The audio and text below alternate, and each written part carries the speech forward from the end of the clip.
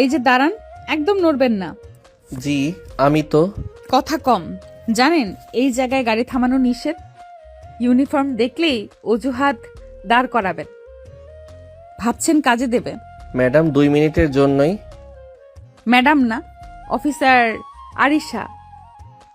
আর 2 minute 5 minute আইনের কাছে সময় হিসাব চলে না। এত রাগ করার কি আছে? আমি তো কাউকে। শব্দটা শেষ করবেন না। আপনি কাউকে ধাক্কা না দিলেও নিয়ম ভেঙেছেন, সেটাই যথেষ্ট। ঠিক আছে, ভুল হয়েছে। ভুল হলে শাস্তিও হবে। লাইসেন্স কাগজপত্র বের করেন এক্ষুনি। এই নিন। আপনার মতো মানুষও ভাবে নিয়ম শুধু বইয়ের পাতায়, রাস্তায় নামলেই সব ছাড়। আপনি সবসময় এমন করা থাকেন নাকি? প্রশ্ন করার অনুমতি আপনাকে কে দিয়েছে? চালান কাটছি। পরের বার যেন এই জায়গায় আপনাকে আর না দেখি। একদিন হয়তো আবার দেখা হবে। হুমকি দিলে পরিস্থিতি আরো খারাপ হবে। চলে যান এক্ষুনি। চালানের কাগজটা হাতে নিয়ে ঈশান যখন ঘুরে দাঁড়াতে যায়, ঠিক তখনই হঠাৎ থেমে যায়। চোখে মুখে কোনো ভয় নেই, বরং অদ্ভুত এক আত্মবিশ্বাস। যেন এই রাগী পুলিশ অফিসারের সামনে দাঁড়িয়ে সে কোনো অপরাধী না, বরং কোনো অসমাপ্ত গল্পের নায়ক। ঈশান হালকা হাসি দিয়ে বলে, আমাদের তো বারবার দেখা হবে ম্যাডাম, আপনি চাইলেও আটকাতে পারবেন না। কথাটা শোনা মাত্র আরিশা ঘুরে তাকায়। চোখ দুটো সরু হয়ে আসে, রাগে না বরং সন্দেহে। মানে কি বলতে চান? এমন করে রহস্য করছেন কেন? আরিশার কণ্ঠ এবার আগের চেয়েও ঠান্ডা। এই ঠান্ডার মধ্যেই সবচেয়ে বেশি ভয় লুকিয়ে থাকে, সেটা ঈশান ভালোই বুঝতে পারে। তবু সে পিছিয়ে যায় না। ঈশান এক পা সামনে এগিয়ে আসে, গলার স্বর নিচু করে। রহস্য না ম্যাডাম, শুধু এইটুকু বলছি, আবার দেখা হবে। আপনি কি আমাকে হুমকি দিচ্ছেন, নাকি পুলিশের সাথে ফান করার সাহস দেখাচ্ছেন? না হুমকি না ফান, কিছু সম্পর্ক কাগজে শুরু হয় না, সামনে এসে দাঁড়ায়। এই কথায় আরিশার ভ্রু কুঁচকে যায়। এত বছর চাকরিতে সে কত রকম মানুষের মুখোমুখি হয়েছে, কিন্তু এই ছেলেটা আলাদা। চোখে ভয় নেই, আবার বেয়াদবিও না। যেন নিজের কথার ভার সে নিজেই বহন করতে জানে। সাবধান হয়ে কথা বলবেন। আপনি কার সাথে কথা বলছেন সেটা ভুলে যাবেন না। ভুলিনি বলেই তো এত নিশ্চিন্ত। আইনের মানুষরা সবচেয়ে বেশি সত্যকে ভয় পান না, তাই না? এক মুহূর্তের জন্য চারপাশের শব্দ যেন থেমে যায়। আরিশা শক্ত করে দাঁড়িয়ে থাকে। এই কথার উত্তর সে সঙ্গে সঙ্গে দিতে পারে না। চোখে এক ঝলক অস্বস্তি, যা খুব দ্রুত আবার কড়া ভাবের আড়ালে লুকিয়ে ফেলে। বেশি কথা বললে পরিস্থিতি আপনার জন্য ভালো হবে না। এখন চলে যান। যাচ্ছি, কিন্তু মনে রাখবেন এই শহরটা ছোট, আর কাকতালীয়গুলো খুবই জেদি। ঈশান ধীরে ধীরে হেঁটে চলে যায়, পেছনে আর একবারও তাকায় না। আরিশা কিছুক্ষণ সেখানেই দাঁড়িয়ে থাকে। অদ্ভুতভাবে বুকের ভিতর একটা অস্বস্তি দানা বাঁধে। নিজের মনেই বিরক্ত হয়ে বলে, এই ধরনের লোকদের গুরুত্ব দেওয়া ঠিক না। কিন্তু তবুও তার মনে একটা প্রশ্ন ঘুরপাক খায়। ছেলেটা এত নিশ্চিত হয়ে কথাটা বলল কেন? দূরে চলে যাওয়া ঈশানের ঠোঁটের কোণে তখনও সেই হালকা হাসি। সে জানে এটা কেবল প্রথম দেখা না। আরিশা জানে না তার সাজানো নিয়মের জীবনে কেউ একজন নীরবে ঢুকে পড়েছে। রাত নামতে নামতে ঈশান বাড়িতে পৌঁছায়। গেট পেরিয়েই পরিচিত বাড়ির আলো, পরিচিত উঠোন, সবকিছুই চেনা। কিন্তু আজ কেন জানি তার বুকের ভেতরটা অচেনা রকম ভারী। মাথার ভেতর বারবার ভেসে উঠছে এক জোড়া করা চোখ, ঠান্ডা গলা আর রহস্যময় কিছু কথা। ভেতরে ঢুকতেই রান্নাঘর থেকে মায়ের ডাক ভেসে আসে, ঈশান এসেছিস? হাত মুখ ধুয়ে আয়, খেতে বস। মায়ের কণ্ঠে সেই চিরচেনা মমতা। অন্যদিন হলে ঈশান দৌড়ে যেত, কিন্তু আজ পা যেন এগোয় না। ঈশান ধীরে বলে, পরে খাইমা, এখন ভালো লাগছে না। ভালো লাগছে না মানে শরীর খারাপ নাকি? না মা, শরীর ঠিকই আছে, মাথাটা একটু ভার লাগছে। মা ছেলের মুখের দিকে ভালো করে তাকায়। ছেলের চোখে আজ সেই চঞ্চলতা নেই, কোথায় যেন ডুবে আছে। অফিসে কিছু হয়েছে নাকি? কারোর সাথে ঝামেলা? তেমন কিছু না মা, এমনি। এই এমনি কথাটার আড়ালে কত কিছু লুকানো, সেটা ঈশান নিজেও ঠিক বুঝতে পারছে না। মায়ের প্রশ্ন এড়াতে সে ব্যাগটা কাঁধে তোলে। আমি একটু উপরে যাচ্ছি মা, ঘুমালে ঠিক হয়ে যাবে। ঠিক আছে, তোর জন্য খাবার রেখে দিচ্ছি, খিদে লাগলে খেয়ে নিস। ঈশান কোনো উত্তর দেয় না। সিঁড়ি ভেঙে ধীরে ধীরে উপরে উঠে যায়। প্রতিটা ধাপে যেন তার মাথার ভেতরের ভাবনাগুলো ভারী হয়ে ওঠে। রুমে ঢুকে দরজাটা বন্ধ করতেই সে বিছানায় বসে পড়ে। চোখ বন্ধ করলেও শান্তি আসে না। আরিশার কণ্ঠ কানে বাজে। শব্দটা শেষ করবেন না, চলে যান। ঈশান নিজের ঠোঁটের অজান্তেই এক চিলতে হাসি টেনে নেয়। নিজের মনে মনে বলে, অদ্ভুত মেয়ে, এত কড়া, এত রাগী, অথচ কেন জানি মনে হচ্ছে এই গল্পটা এখানেই শেষ না। বিছানায় শুয়ে ছাদের দিকে তাকিয়ে থাকে সে। বাইরে কোথাও দূরে গাড়ির শব্দ, শহরের কোলাহল, সব মিলিয়ে রাতটা ধীরে ধীরে গভীর হয়। আর নিচে রান্নাঘরে মা থালায় ভাত ঢালতে ঢালতে একবার দীর্ঘশ্বাস ফেলে। মায়ের মন বলে, ছেলেটার চোখে আজ অন্যরকম কিছু আছে। এই রাতে দুজন মানুষ আলাদা জায়গায় দাঁড়িয়ে, আলাদা ভাবনায় ডুবে। একজন জানে না সে কার জীবনে ঢুকে পড়েছে, আর আরেকজন বুঝতে শুরু করেছে তার নিয়মে জীবনে কেউ একজন নীরবে নড়াচড়া শুরু করেছে। সকালের রোদটা আজ একটু বেশি তীক্ষ্ণ। ব্যাগ কাঁধে নিয়ে ঈশান ভার্সিটির গেট বেরোয়। চারপাশে পরিচিত কোলাহল, হাসি, আড্ডা, দৌড়ঝাঁপ। শুধু তার ভেতরটা অদ্ভুতভাবে চুপচাপ। মাথার ভিতর এখনো গতকালের কিছু কথা ঘুরে বেড়াচ্ছে। কিছু চোখ, কিছু রাগী উচ্চারণ। ক্যাম্পাসের ভেতরে ঢুকতেই হঠাৎ পেছন থেকে ডাক। এই ঈশান, কই থাকিস রে? ফোন ধরিস না কেন? কাল থেকে ফোন দিচ্ছি, একবারও রিসিভ করলি না। হঠাৎ এত ব্যস্ত হলি নাকি? আরে না রে, এমনিতেই। এই এমনিতেই শব্দটা যেন ঈশানের আজকের সবচেয়ে বড় ঢাল। বন্ধুরা মুখের দিকে তাকিয়ে থাকে। এমনিতেই মানে কি? তোর মুখ দেখে তো ভালো লাগছে না। বেশি ভেবে লাভ নাই, রাতে মাথাটা একটু ধরেছিল, তাই ফোনটা সাইলেন্টে ছিল। বাহ, আমাদের খবর নেওয়ার দরকারই মনে হলো না। ঠিক আছে, মেনে নিলাম। তিনজন একসাথে হাঁটতে হাঁটতে ক্লাসরুমের দিকে যায়। চারপাশে পরিচিত করিডোর, দেয়ালে নোটিশ বোর্ড, দূরে ক্যান্টিনের গন্ধ, সবই চেনা। তবু ঈশানের কাছে আজ সবকিছু একটু দূরের মনে হচ্ছে। ক্লাসের সামনে দাঁড়িয়ে বন্ধু এক আবার বলে, শোন, আজ স্যারের ক্লাসে ঢুকবি তো? কালকে টপিকটা বুঝিস নাই? ঢুকবো না কেন? আজ তো প্রেজেন্টেশন নিয়েই পড়াবে। আরে হ্যাঁ, লাস্ট সেমিস্টারের সেই থিওরি যেটা কেউ ঠিকমতো বোঝে না। ঈশান এবার একটু সিরিয়াস হয়। চোখে সেই চঞ্চলতা ফিরে, যেটা পড়াশোনার সময় ওর আলাদা পরিচয়। ওইটা কঠিন কিছু না, বেসিকটা ক্লিয়ার থাকলে সব সহজ। তাহলে তুই আমাদের উদ্ধার করবি। আজ ক্লাসে এসে সব বুঝিয়ে দিবি। ঠিক আছে, ক্যান্টিনে বসেই বুঝিয়ে দেব। বন্ধুরা হাসতে হাসতে ক্লাসে ঢুকে যায়। বেঞ্চে বসে ঈশান খাতা খুলে বোর্ডের দিকে তাকালেও মনটা পুরোপুরি সেখানে নেই। হঠাৎ করে কলম থেমে যায়। চোখের সামনে ভেসে উঠে কড়া দৃষ্টি, ঠান্ডা গলা। আপনি কার সাথে কথা বলছেন সেটা ভুলে যাবেন না। এই কি হলো, হঠাৎ চুপ কেন? কিছু না, স্যার আসছে, চুপ কর। ক্লাস শুরু হয়। বোর্ডে লেখা স্যারের ব্যাখ্যা সবই বলছে। বোর্ডে লেখা স্যারের ব্যাখ্যা সবই চলছে। ঈশান নোট নেয়, প্রশ্নের উত্তর দেয়। বাইরে থেকে দেখলে কেউ বুঝতেই পারবে না তার ভেতরে অন্য এক অদৃশ্য অস্থিরতা কাজ করছে। ক্লাস শেষে বন্ধুরা আবার ঘিরে ধরে। মানতেই হবে, আজ তুই একদম ফর্মে ছিলি। ওই লাস্ট প্রশ্নটার উত্তর না দিলে তো আমি শেষ। পড়াশোনা বাদ দিলে চলবে নাকি? ডিগ্রি তো আর রাস্তায় পাওয়া যায় না। ঠিকই বলেছিস, চল ক্যান্টিনে যাই, আজকের টপিকটা বুঝিয়ে দে। তারা ক্যান্টিনের দিকে হাঁটে। ঈশান হাঁটতে হাঁটতে ভাবে জীবনটা কত সহজ ছিল এতদিন। ক্লাস, বন্ধু, পড়াশোনা, এই গণ্ডির ভেতরেই সব। কিন্তু কেন জানি মনে হচ্ছে কোথাও থেকে কেউ একজন এসে এই গণ্ডির বাইরে টান দিচ্ছে। আর সেই টানটা অদ্ভুতভাবে সে নিজেও এড়াতে চাইছে না। ক্যান্টিনের এক কোণে তিনজন বসে। টেবিল জুড়ে খাতা, কলম আর আধ খাওয়া নাস্তা। চারপাশে আড্ডার শব্দ, চায়ের কাপের টুংটাং, সব মিলিয়ে ক্যাম্পাসের চেনা দৃশ্য। মাঝখানে বসে ঈশান বোঝাতে বোঝাতে বোর্ডের মতো খাতায় রেখা টানে। দেখ, এই অংশটা যদি আগে ধরিস তাহলে পরের ফর্মুলাটা এমনিতেই মিলবে। আচ্ছা, এখন বুঝছি, আগে মাথার উপর দিয়ে যেত সব। ঈশান ধৈর্য ধরে আবার বুঝিয়ে দেয়। কথার ভঙ্গিতে কোনো বিরক্তি নেই, বরং চোখে এক ধরনের স্থিরতা। হঠাৎ বন্ধু দুই ঈশানের দিকে তাকিয়ে হেসে বলে, একটা কথা বলি, রাগ করবি না কিন্তু। বল। কিরে, তুই তো 1 বছর আগেও পড়াশোনায় মন দিয়ে করতিস না, ক্লাসে ফাঁকি দিতি, আড্ডা, এই ছিল তোর লাইফ।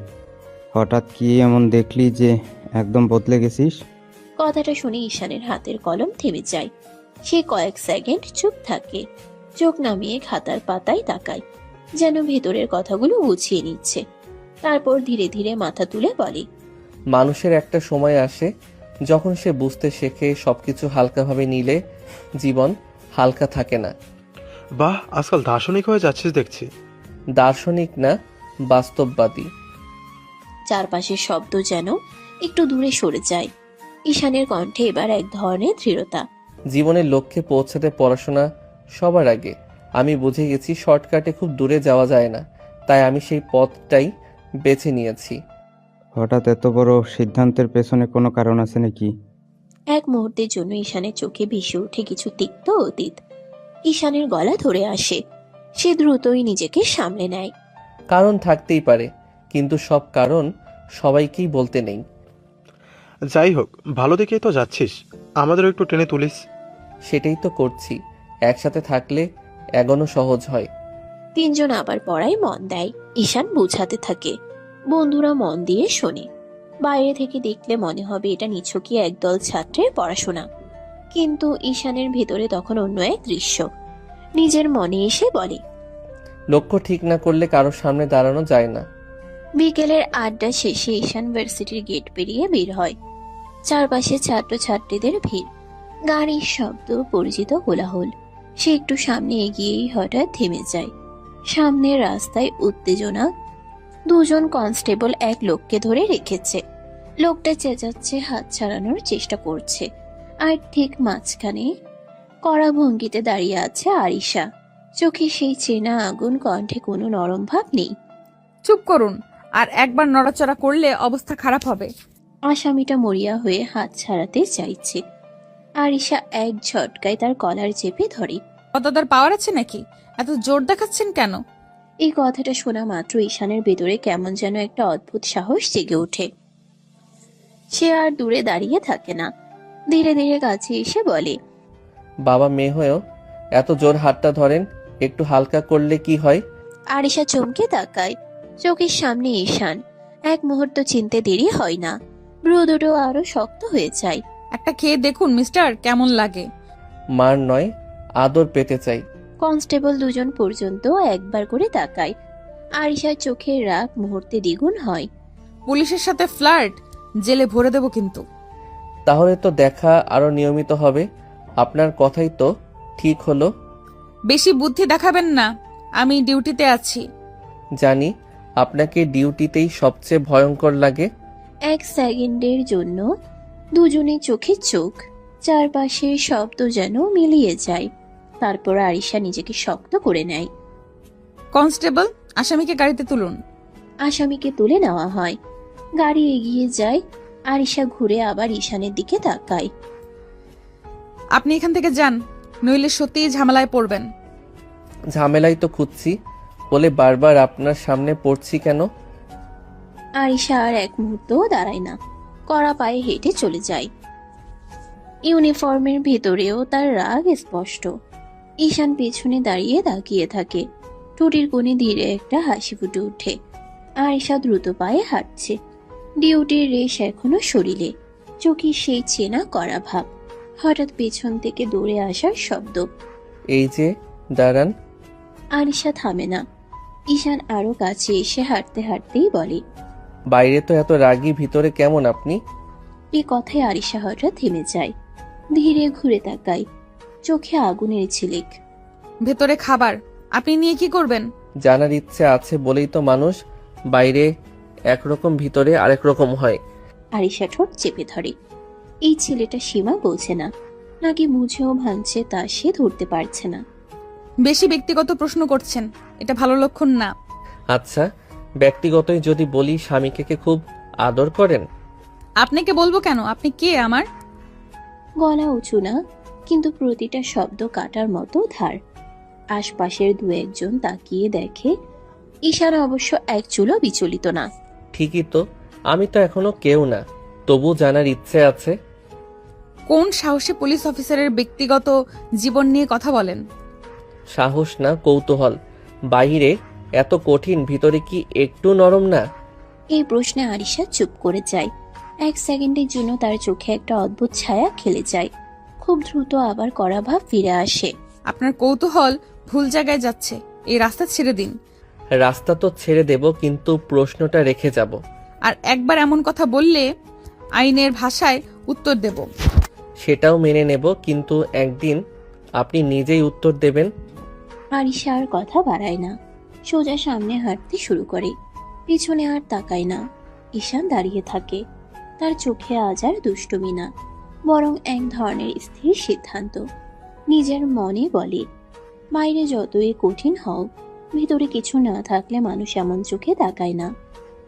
বিকেল নামতে নামতেই ক্যাম্পাসের ক্যান্টিনে ঈশান বন্ধুদের সাথে বসে আড্ডা দিচ্ছে। টেবিল জুড়ে খাতা কলম আর কয়েকটা চায়ের কাপ। চারপাশে শিক্ষার্থীদের হট্টগোল, বাতাসে রোদ আর হালকা কোলাহল মিশে আছে। হঠাৎ দূরের রাস্তা দিয়ে দেখা যায় আনিশা ডিউটিতে এসেছে। সোজা পায়ে এগোচ্ছেন, চোখে আগুন, কাঁধে ইউনিফর্মের স্ট্র্যাপ ঠিকভাবে বাঁধা। ঈশান লক্ষ্য করলেও একদম পাত্তা দেয় না। ঠোঁটের কোণে হালকা হাসি টেনে শুধু বন্ধুর দিকে তাকিয়ে বলে, চলো গল্প করি, আজ ক্লাস কেমন গেল? ভাই, লেডি পুলিশ তো জোস। বাহ, ওর ডিউটি দেখে মনে হলো আমাদের মতো ছেলেরা ছোটখাটো। হাহা, জোস বলছিস? ঠিক আছে, মানছি। বন্ধুরা হেসে চায়ের কাপের দিকে তাকিয়ে ঈশান নিজের চোখে দেখে।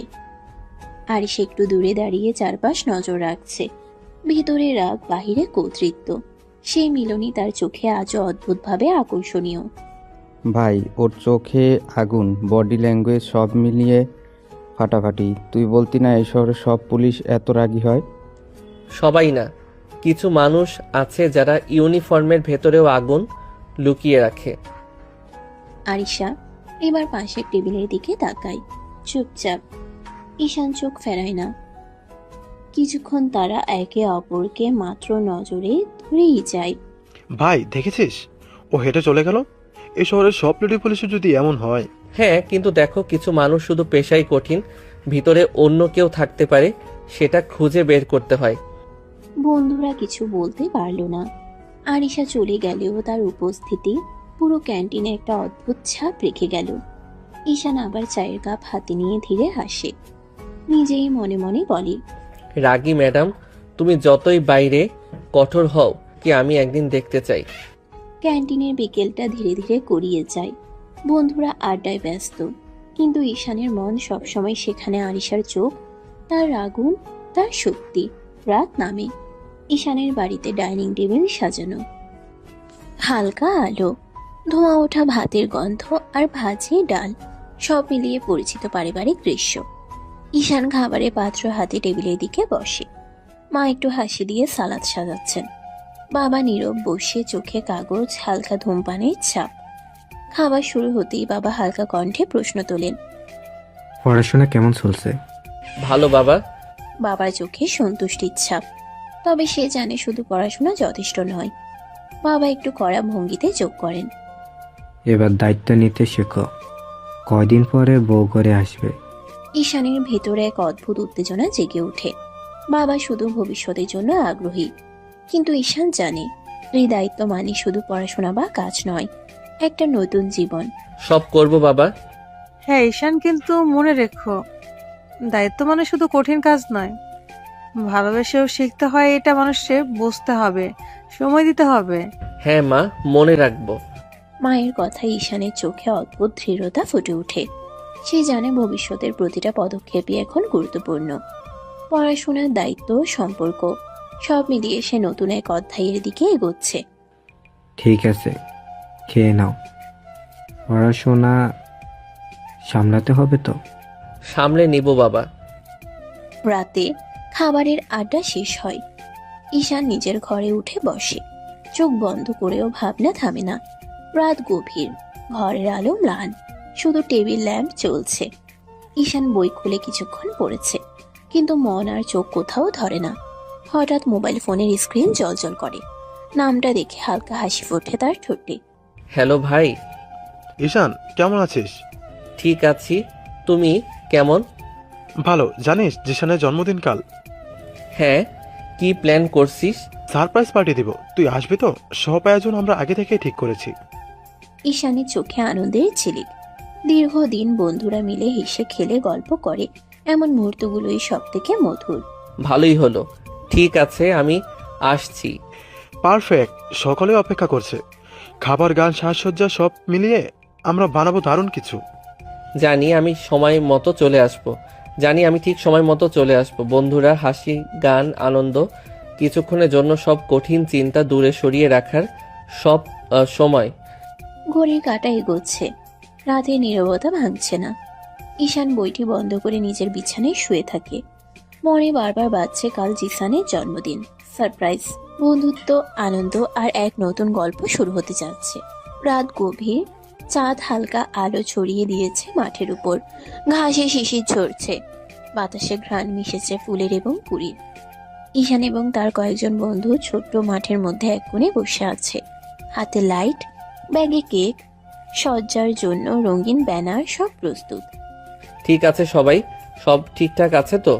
হ্যাঁ ভাই, সব ঠিক। জিসান কখন আসবে সেটা তো আমরা টাইমিং ঠিক করেছি। আর আমিও খুশি হচ্ছি ওর মুখ দেখার জন্য। আজকের সারপ্রাইজে ওর রিয়াকশন প্রাইসলেস হবে। ঈশান ধীরে ধীরে ঘুরে চারপাশ দেখে। মাঠটা শান্ত, শুধু এই রাতের কোলাহল আর দূরে কিছু কাটার মতো গাছের ছায়া। এই শান্তি যেন আরো আগ্রহ বাড়াচ্ছে। ঠিক আছে, সবাই চুপচাপ থাকো। চোখ বেঁধে আমরা সরাসরি পার্টি দিব। চোখ বেঁধে? ও, কেমন মজা হবে। ঠিক তাই। ওর সামনে বসে হঠাৎ সব খুলে দেব, দেখবে কিভাবে সব আয়োজন করেছি। মুহূর্তে সবাই প্রস্তুত।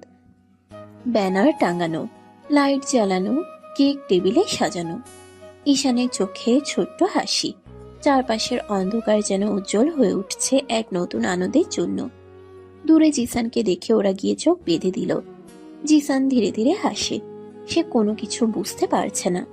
ঈশানের বন্ধুরা তাকে ধরে নিয়ে মাঠের ঠিক মাঝখানে বসায়। কোথায় আনলি রে? কি হলো ভাই? চুপ, চোখ বেঁধে রেখো, আরেক সেকেন্ড ধৈর্য ধরো।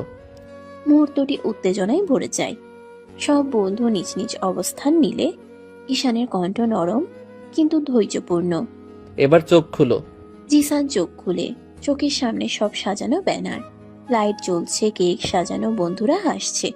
মুখে চমকের এক মিশ্র রিয়াকশন, হাসি, বিস্ময়, আনন্দ।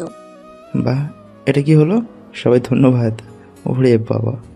সারপ্রাইজ আজকের রাত শুধু তোমার জন্য জিসান। জিসান দৌড়ে গিয়ে ঈশানের কাঁধে হাত রাখে। বন্ধুরা একসাথে হেসে ওঠে। মাঠে আলো, হাসি, কেকের ঘ্রাণ, সব মিলিয়ে এক অসাধারণ মুহূর্ত। এই তো আমি সবসময় চেয়েছি একটি সত্যিকারের সারপ্রাইজ। খুশি হয়েছিস তো? অনেক ভাই। জিসানের জন্মদিনের পার্টি শেষ। মাঠে এখন শুধু ছাপ্পা ছাপ্পা শিশিরের গন্ধ, হাওয়ায় মৃদু ঠান্ডা। ঈশান এবং তার বন্ধুরা একসাথে কেক কেটে, গান গেয়ে, আড্ডা দিয়ে আনন্দের শেষ মুহূর্ত উপভোগ করেছে। তারপর ধীরে ধীরে সবাই বিদায় নেয়। ঈশান ব্যাগ কাঁধে নিয়ে বাড়ির দিকে যাচ্ছিল। রাস্তা ফাঁকা, চারপাশে রাতের নীরবতা, হালকা বাতাস চোখে লাগে। হঠাৎ চোখ আটকে গেল দূরে। রাস্তার পাশে আরিশার স্কুটি স্টার্ট হচ্ছে না। ঈশান দ্রুত এগোতে শুরু করে। স্কুটি ঠিক মতো থেমে আছে। আরিশা কিছুটা ঝুঁকে চাবি ঘোরাচ্ছে। কি ম্যাডাম, কি সমস্যা? দেখতেই তো পাচ্ছেন কি সমস্যা, আবার জিজ্ঞেস করছেন কেন? ঈশানের ভেতরে এক ধরনের দুশ্চিন্তা জেগে ওঠে। রাত, নির্জন রাস্তা, একা মেয়ের সঙ্গে কিছুটা অস্বস্তি। একা একা একটা মেয়ে এত রাতে এই নির্জন জায়গায় ভয় করছে না? কিসের ভয়?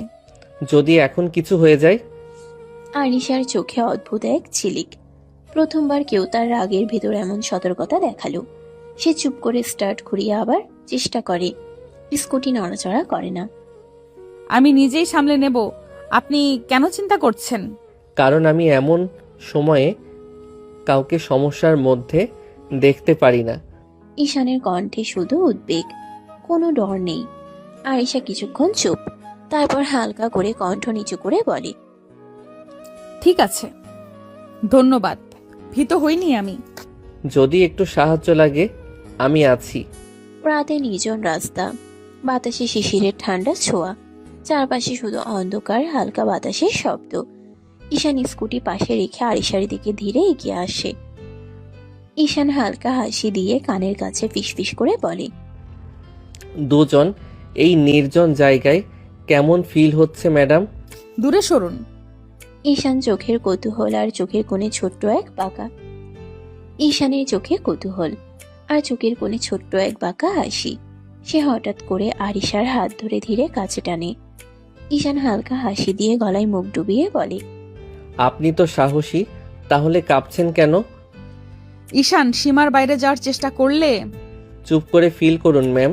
সীমা বজায় রাখুন। ঈশান আর শুনল না। আরিশার ঠোঁটে ঠোঁট ডুবিয়ে কিস করতে লাগলো। বেশ কিছুক্ষণ পরে ঈশান ছেড়ে দিল আরিশাকে। আরিশা রেগে কিছু বলতে গিয়েও বলল না। আরিশা স্কুটি নিয়ে ধীরে ধীরে চলে যায়। ঈশান কিছুক্ষণ দাঁড়িয়ে থাকে। রাতের নীরবতার মধ্যে শুধু হৃদয়ের দ্রুততা অনুভব করে। আরিশা বাড়ি ফিরে আসে। রাত এখন পুরোপুরি নীরব। ঘরে হালকা আলো। আয়নার পাশে সে দাঁড়িয়ে।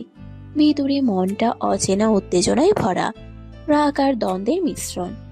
আজ রাতে সে নির্জন রাস্তায় ঈশানের সাহসী আচরণ আর আরিশার ভিতরের কৌতূহল সবই এখন একেবারে ভেসে ওঠে। আরিশা আয়নার সামনে দাঁড়িয়ে নিজেকে দেখছে। আর সেই মুহূর্তে চোখ বন্ধ করে মনে মনে সেই চুম্বনের স্পর্শটি পুনরায় অনুভব করে। আরিশা নিজের মনে হালকা শ্বাস ফেলতে ফেলতে বলে, পিচ্চি ছেলের এত সাহস আমাকে কিস করে। ঈশানের ঠোঁটের ছোঁয়া, হালকা মিষ্টি চুম্বন মুহূর্তটা তার ভেতর উষ্ণতা ছড়িয়ে দেয়। রাগী চোখ, শক্ত মন সব মিলিয়ে ভেতরের অদ্ভুত নরমতা জাগে। ওকে দেখে নেব। যে সাহস দেখালো, আজ রাতে যা হলো তা শুধু একটা মুহূর্ত নয়, ভেতরে একটা নতুন অনুভূতি শুরু হয়েছে। পরের দিন সকালে আরিশার ঘরে আলো ঢুকছে, কিন্তু মনটা মোটেই শান্ত নয়। খাবারের টেবিল সাজানো, তবে আরিশার চোখে চিন্তার ছাপ। হঠাৎ বাবা মুখে কড়া ভাব নিয়ে প্রশ্ন তোলেন, তুমি কি ও বাড়ি যাবে না? কোন বাড়ি? তা তুমি ভালো করে জানো। আমার কোনো ইচ্ছে নেই যাওয়ার। কেন যাবে না তুমি? তুমি ভালোই জানো কেন। মেজাজটা গরম। ঘরের মধ্যে একটা চাপ অনুভূত হচ্ছে। আরিশা জানে কথা বেশি বললে কেবল পরিস্থিতি খারাপ হবে। সে চুপচাপ টেবিলের দিকে তাকায়, হাতে চা নেয়। হ্যাঁ মা। খাবার শেষ করে আরিশা সোজা ডিউটির ইউনিফর্ম পরে বের হয়। বাবা মায়ের চোখে অদ্ভুত চিন্তা, আর আরিশার মনে এক ধরনের চরম দৃঢ়তা। সকালে ডিউটি শুরু হয়ে গেছে। আরিশা ইউনিফর্মে, পায়ে জুতা ঠিক মতো বাঁধা, চোখে আগুন, মনটা এখনো ভরা বাবার কথার খেপা রাগ। সে নিজের ভিতরের উত্তেজনা সামলাতে চেষ্টা করছে, কিন্তু প্রতিটা পদক্ষেপে মনে হচ্ছে সেই কথাগুলো ফিরে ফিরে আসে। হঠাৎ পা মচকে যায়। আরিশা ভারসাম্য হারাতে বসে। মুহূর্তেই পাশ থেকে একটি শক্ত হাত তাকে ধরে ধরে রাখে। সাবধানে ম্যাডাম। আপনি এখানে কেন? এখান দিয়ে যাচ্ছিলাম। আমাকে ফলো করছেন? চাইলে করতে পারি। যে হর। কি বলছেন এইসব? না ম্যাডাম, আমি শুধু নিশ্চিত হতে চাচ্ছি আপনি ঠিক আছেন। ঠিক আছি, আপনি এক্ষুনি চলে যান। অন্য সময় ফলো করার সাহস দেখাবেন না। ঈশান একটু হেসে ধীরে দূরে সরে যায়। আরিশা আবার নিজের ভিতরের উত্তেজনা সামলাতে থাকে। ঈশান একটু দূরে গিয়ে দাঁড়ায়। চোখে সেই দুষ্টু ছিলিক, ঠোঁটের কোণে বাঁকা হাসি। হঠাৎ আকাশের দিকে আঙ্গুল ছুঁয়ে আরিশার দিকে একটা ফ্লাইং কিস ছুড়ে দেয়। আরিশার রক্তচাপ যেন এক লাফে বেড়ে যায়। চোখ লাল, কণ্ঠ কঠিন। আর 1 সেকেন্ডও দাঁড়ালে জেলে ভরে দেব, বুঝলেন? জেলে? তাহলে মনের জেলেই ভরেন ম্যাডাম। বাইরে থাকলে তো আপনাকে দেখে অপরাধ করে ফেলি। বেশি চালাকির চেষ্টা করবেন না। আমি পুলিশ, মজা করছি না। জানি, তাই তো বলছি আপনার মনের জেলে থাকলেই শান্তি। আরিশা কিছু বলার আগে ঈশান ঘুরে হাঁটতে শুরু করে। 2-1 কদম গিয়ে আবার থামে, কাঁধের উপর দিয়ে তাকায়। ম্যাডাম রাগ করলে আপনাকে আরো আরো হট লাগে। আপনাকে একদিন সত্যি সত্যি হাত করা পরাবো। সেদিনটার অপেক্ষাতেই তো আছি। ঈশান চলে যায়। আরিশা কিছুক্ষণ দাঁড়িয়ে থাকে। চারপাশে ডিউটির কোলাহল, কিন্তু তার ভেতরে অদ্ভুত এক অস্থিরতা। রাগে দাঁত চেপে ধরে সে ফিসফিস করে বলে, এই ছেলেটা আমার মাথা গরম করতেই জন্মেছে। তবুও অজান্তেই তার চোখের কোণে এক মুহূর্তের জন্য অন্যরকম এক ঝাঁকুনি খেলে যায়, যেটা সে কোনোভাবেই স্বীকার করতে চায় না। কয়েকদিন পরে সকালে ঘরের মধ্যে চায়ের কাপে হালকা ধোয়া, কিন্তু আরিশার মন আজও পূর্ণ এক চিন্তায়। হঠাৎ বাবা মুখে সতর্ক ভঙ্গি নিয়ে বলে, তোমার আজাদ আঙ্কেলের বাড়িতে দাওয়াত আছে, চলো যেতে হবে। আমার ডিউটি আছে, তোমরা যাও।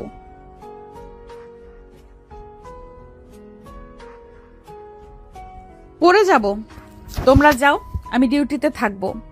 বাবা মা একে অপরের দিকে চেয়ে দেখেন। কিছুক্ষণ চুপচাপ থাকা, তারপর বাবা নিঃশ্বাস ফেলে হালকা মাথা নাড়ে। ঠিক আছে, তবে খেয়াল রেখো, যদি কোনো সমস্যা হয় ফোন দেবে। হ্যাঁ বাবা। দুপুরে মা বাবা বাড়ি থেকে বেরিয়ে যায়। আরিশা তাদের পেছনে তাকায় না, ডিউটির ইউনিফর্ম ঠিক করে, হালকা নিঃশ্বাস ফেলে। আজও তার দিন ভরে আছে রাগ, কাজের চাপ আর ঈশানের স্মৃতি নিয়ে। দূরে বাবার গাড়ি চলে যাচ্ছে। আরিশা একা ডিউটিতে রাস্তায় হাঁটছে। চারপাশ নীরব, বাতাসে শিশিরের ঠান্ডা। ডিউটি শেষ করে ক্লান্ত শরীর নিয়ে আরিশা বাসায় ফিরল। দরজা বন্ধ হতেই যেন চারপাশের শব্দ হঠাৎ থেমে গেল। ইউনিফর্ম খুলে চেয়ারে ছুঁড়ে রেখে সে একবার লম্বা নিঃশ্বাস নিল। মাথার ভেতর আজও হাজারটা চিন্তা ঘুরপাক খাচ্ছে। হঠাৎ ফোন বেজে উঠল। হ্যালো,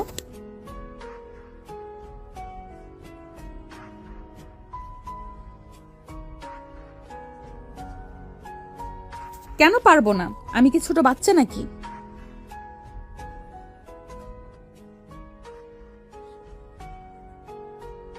ঠিক আছে মা, তোমরা চিন্তা করো না, বাবাকে বলো ওষুধ ঠিক মতো খেতে।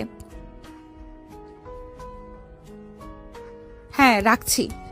ফোন কেটে যেতেই ঘরটা আরো নীরব লাগলো। আরিশা একটু সময় দাঁড়িয়ে থাকলো, তারপর ধীরে ধীরে বাথরুমে ঢুকে পড়ল। ঠান্ডা পানির ছোঁয়ায় দিনের ক্লান্তি কিছুটা হলেও হালকা হলো।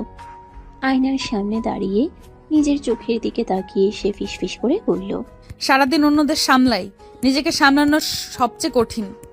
ফ্রেশ হয়ে বেরিয়ে চুলটা হালকা করে বেঁধে নিল। রান্নাঘরে ঢুকে চুলায় হাঁড়ি বসালো। খাবারের গন্ধে পেটটা হালকা কেঁপে উঠল। টেবিলে বসে চুপচাপ খেতে শুরু করলো সে। খেতে খেতেই হঠাৎ অজান্তে ঈশানের কথা মনে পড়ে গেল, তার সেই দুষ্ট হাসি, উস্কানি মাখা কথা। আরিশা কাটা থামিয়ে বিরক্ত স্বরে বলে উঠল, ধ্যাৎ, এই ছেলেটা মাথা থেকে যায় না কেন? নিজের উপরে রাগ করে আবার খাওয়া শুরু করলো। খাওয়া শেষ করে প্লেট সিঙ্কে রেখে লাইটটা নিভিয়ে দিল। ঘরের এক কোণে দাঁড়িয়ে জানালার বাইরে তাকালো। শহরের আলো, দূরের গাড়ির শব্দ, সব মিলিয়ে রাতটা অদ্ভুত রকম ভারী। ঘরের আলো নিভিয়ে বিছানায় শুয়ে পড়ে আরিশা। চোখ বন্ধ করলেও ঘুম আসে না। মাথার ভিতরে ঘুরতে থাকে একটাই কথা, চাকরি, দায়িত্ব, ইউনিফর্ম। নিজের ইচ্ছে, নিজের চাওয়াগুলো যেন ধীরে ধীরে কোথাও হারিয়ে যাচ্ছে। আরিশা হালকা দীর্ঘশ্বাস ফেলে উঠে বসে। সবকিছু কি শুধু ডিউটি আর দায়িত্বেই শেষ হয়ে যাবে? হঠাৎ সে আলমারির দিকে তাকায়। অনেকদিন না ছোঁয়া এক কোণে ভাঁজ করা একটা শাড়ি হাত বাড়িয়ে বের করে আনে। নরম কাপড়টা আঙ্গুলে ছুঁতেই মনটা অদ্ভুতভাবে নরম হয়ে আসে। কিছুক্ষণ পর শাড়ি পরে চুলটা হালকা করে ছেড়ে সামান্য কাজল আর লিপস্টিক, খুব বেশি সাজ নয়, তবু আয়নায় তাকিয়ে নিজেকে একটু অন্যরকম লাগে। আরিশা আয়নার সামনে দাঁড়িয়ে মৃদু হেসে বলে, বাবা, একদম বউ লাগছে। বউই তো। কে? পৃষ্ঠে গিয়ে আটকে যায় ব্যালকনির দিকে। আধো অন্ধকারে রেলিংয়ে হেলান দিয়ে দাঁড়িয়ে ঈশান, মুখে সেই চিরচেনা দুষ্ট হাসি। আপনি এখানে কেন? ইচ্ছে হলো। আপনার মাথা ঠিক আছে? এভাবে কারো বাসায় ঢোকা? দরজা দিয়ে না, মন দিয়ে ঢুকলে দোষ হয় না ম্যাডাম। বেশি কথা বলবেন না, এক্ষুনি বের হন, না হলে জেলে ভরবেন।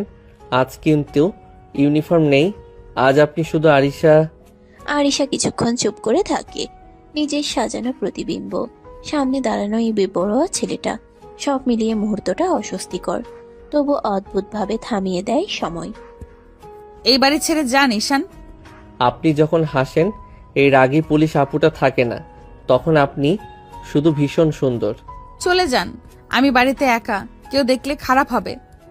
ঈশান এক মুহূর্ত থামে, তারপর ধীরে ধীরে ব্যালকনির ভেতর পা রাখে। দরজাটা আলতো করে বন্ধ করে দেয় তালা না দিয়ে, শুধু হাওয়ার শব্দ থামানোর জন্য। জানি কেউ নেই বলেই তো এসেছি। এভাবে কথা বলবেন না, এটা ঠিক না। ঠিক ভুল আপনি ভালো জানেন, আমি শুধু বলছি আজ আপনাকে আলাদা লাগছে। বেশি বাড়বেন না। ঠিক তখনই ঈশান থেমে যায়। কোনো জোর নয়, কোনো হঠাৎ ছোঁয়া নয়, শুধু চোখে চোখ রেখে নরম গলায় বলে, খুব সুন্দর লাগছে, এভাবে তো কখনো দেখা হয়নি। এসব কথা বলার অধিকার আপনার নেই। আমার না থাকলে আর কারো নেই। ঠিক আছে, আপনি না চাইলে কিছুই হবে না, কিন্তু একটা কথা বলবোই, আমি পিছু ছাড়বো না। আপনাকে নয়, আপনার রাগের আড়ালে লুকানো এই আরিশাটাকে জানার চেষ্টা করব। আরিশা কিছু বলতে পারে না। রাগ, অস্বস্তি আর অজানা অনুভূতি একসাথে গলা বেঁধে ধরে। ঈশান দরজার দিকে ঘুরে দাঁড়ায়। সে বেরিয়ে যায়। দরজা বন্ধ হয়। ঘরে নীরবতা ফিরে আসে। আরিশা দেয়ালে হেলান দিয়ে দাঁড়ায়। হৃদয় স্পন্দন এখনো স্বাভাবিক হয়নি। নিজেকে শক্ত করে বলে, এই মানুষটা আমার নিয়ম ভাঙতে চায়। কিন্তু আয়নায় নিজের চোখে সে আরেকটা সত্যও দেখে। এই গল্প থেকে সরে যাওয়া আগের মতো সহজ হবে না। পরের দিন বিকেলের দিকে দরজার শব্দে আরিশা ঘর থেকে বেরিয়ে আসে। মা বাবা ফিরেছে। তাদের মুখে ক্লান্তির ছাপ, তবু চোখে মেয়েকে দেখার শান্তি। ভয়? আমি পুলিশ, ভয় কেন পাবো? তবুও বলছি, ওই শহরটা এখন আর আগের মতো নেই। একাই ছিলি, মনটা খসখস করছিল। দরজা লাগানো ছিল, আশেপাশে কেউ ছিল না। ডিউটির পর ঘুমিয়েছি, সব ঠিক ছিল।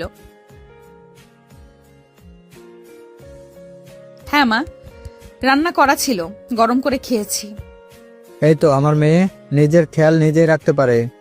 আরিশা চুপ করে থাকে। কথাগুলো ঠিকই, তবু ভেতরে কোথাও একটা ঢেউ নড়ে ওঠে গত রাতের অপ্রত্যাশিত মুহূর্ত, নিজের অস্বস্তি আর সেই অদ্ভুত স্পন্দন। একটু পরে বের হব, আগে চা বানাই। রান্নাঘরে ঢুকতে ঢুকতে আরিশা এক মুহূর্ত থামে। জানালার কাছে নিজের প্রতিচ্ছবি দেখে। শক্ত মুখ, নিয়ন্ত্রিত চোখ, সব আগের মতোই। তবু ভেতরে সে জানে সব আগের মতো নেই। বাইরে দায়িত্বের পোশাক, ভেতরে জমে থাকা প্রশ্ন।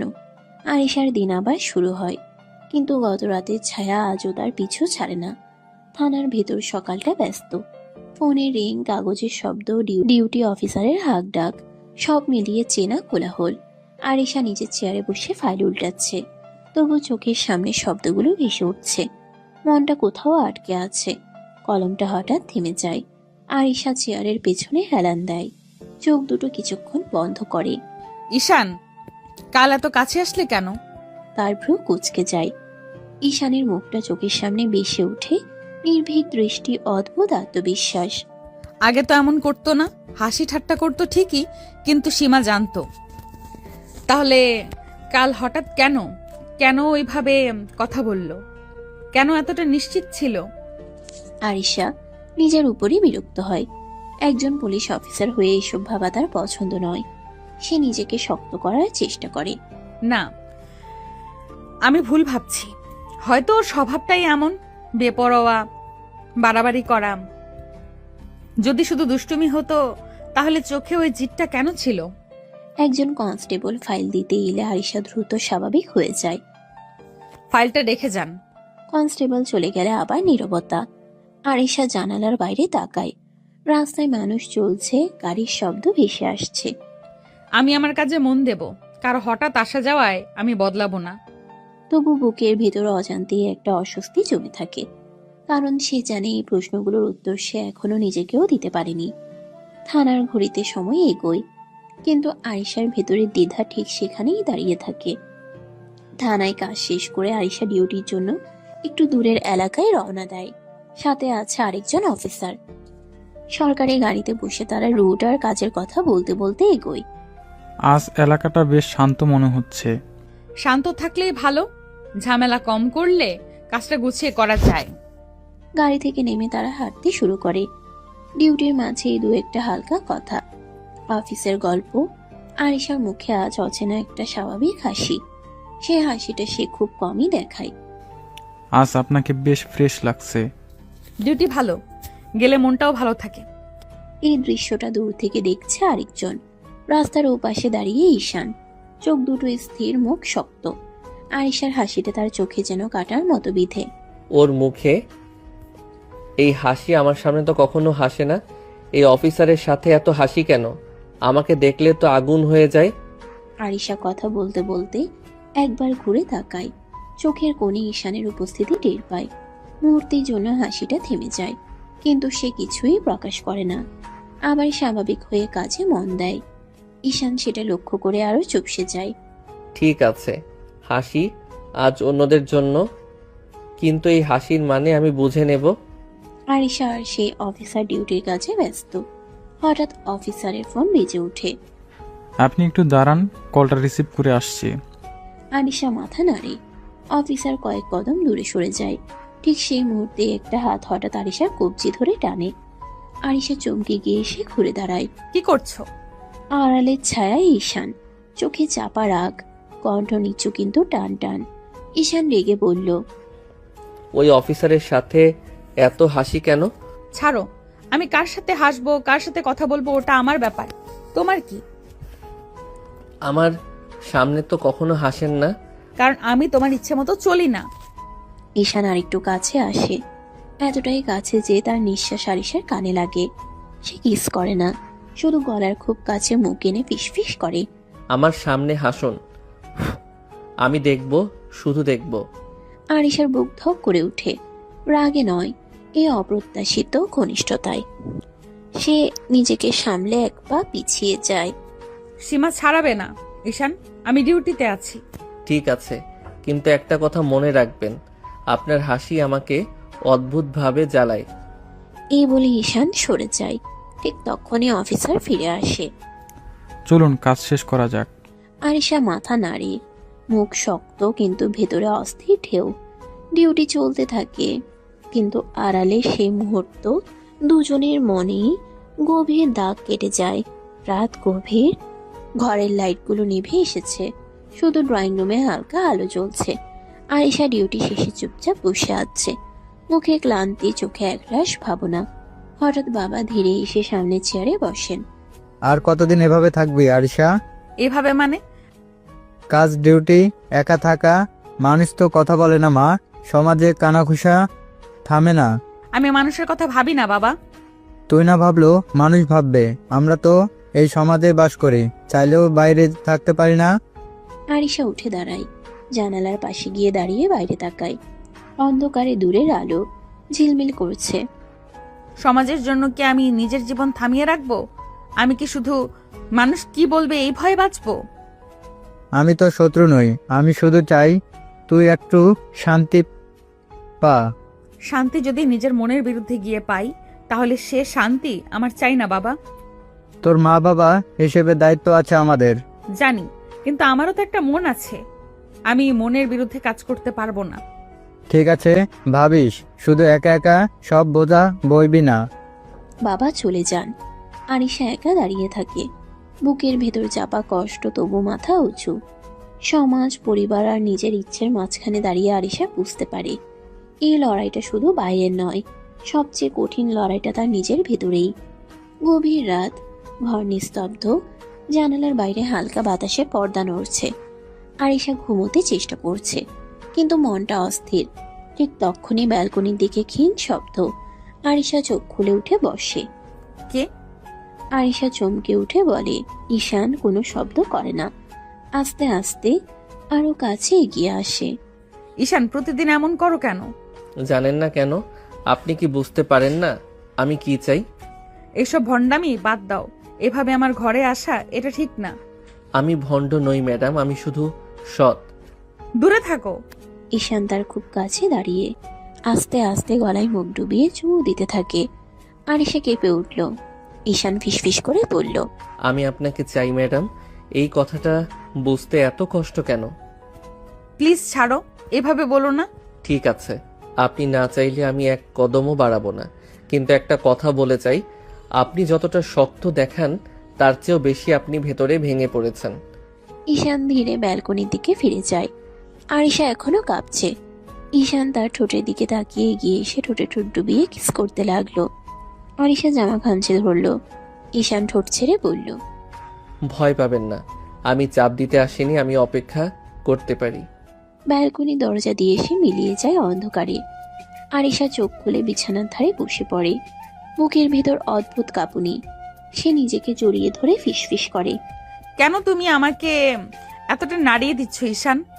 পরের দিন সকাল। রাতের অস্থিরতা এখনো আরিশার চোখে মুখে লেগে আছে।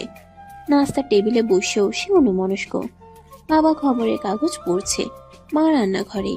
হঠাৎ আরিশা গভীর শ্বাস নিয়ে বাবার দিকে তাকায়। বাবা, তাকে আসতে বলো। কাকে? তাকে। তুমি জানো কাকে বলছি। মানে সেদিন তো দেখছি, সে তখন কথা বলিস নাই? না বাবা, আমি সেদিন অন্যদিকে ঘুরে কথা বলছিলাম। আমি তাকে ঠিক করে দেখিনি। বাবা কিছুক্ষণ চুপ করে থাকেন। মেয়ের মুখের দিকে তাকিয়ে বুঝতে চেষ্টা করেন এই কথার ভেতরে কতটা দ্বিধা, কতটা সিদ্ধান্ত। হঠাৎ আজ তাকে দেখতে চাও কেন? জানি না, কিন্তু এবার নিজের চোখে দেখতে চাই। ঠিক আছে, আজই খবর পাঠাবো, আসতে বলবো। ধন্যবাদ বাবা।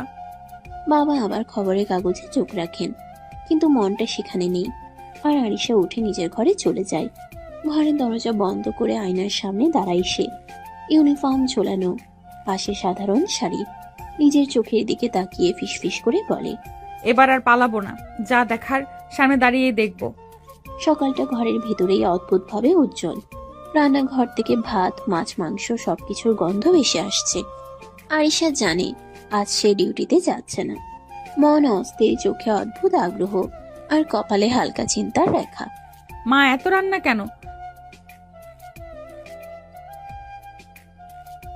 মা, আমি শুধু দেখতে চাইছি, এত বেশি ভাবো কেন?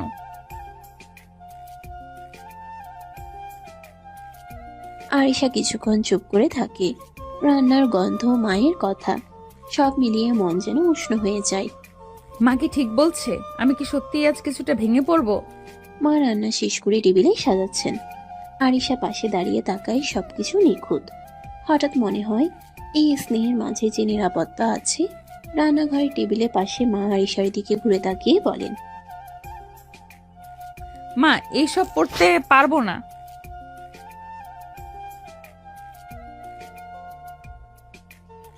মা, আমি কি সংসার করব নাকি? কেন এত সাজগোজের তারা?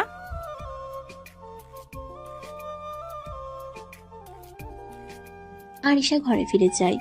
আলমারি থেকে শাড়ি বের করে হাতে ধরে খুলতে শুরু করে। ভিতরে অস্বস্তি, বড্ড অচেনা উত্তেজনা, সব মিলিয়ে বুকটা টান টান। শাড়ি পরবো তো, কিন্তু মানসিকভাবে প্রস্তুত নই। আরিশা আলমারি থেকে শাড়ি বের করে পড়েছে।